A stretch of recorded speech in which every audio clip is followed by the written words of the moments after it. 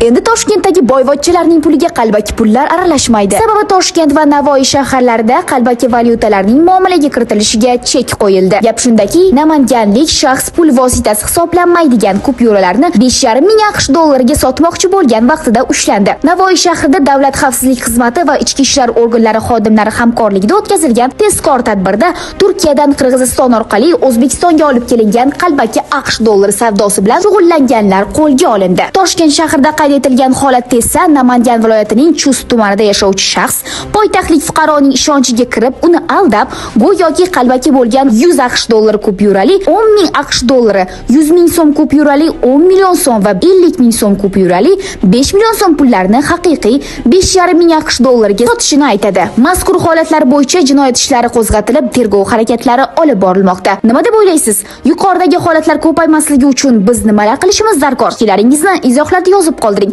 Ushbu xabarni ko'proq odamlar ko'rishi uchun like bosib, barcha yaqinlaringizga borib qo'yishni unutmang. Shu kabi muhim va dolzarb yangiliklarni Toshkentliklar 24 kanalida kuzatib boring.